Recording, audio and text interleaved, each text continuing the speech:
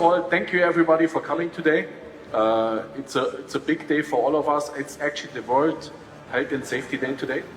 I would like, before we start, to thank everybody who was involved in this to make it happen also. So I think health and safety is a part of our life. Let's say routine, which is, again, coming back to culture. Health and safety is not because there are company regulations. Health and safety is not because there are government regulations.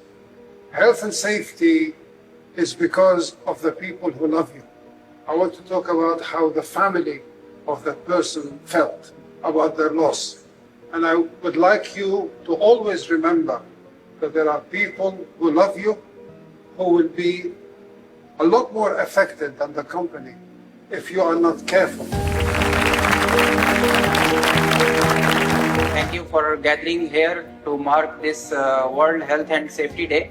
This achievement shows the commitment which we have towards health and safety.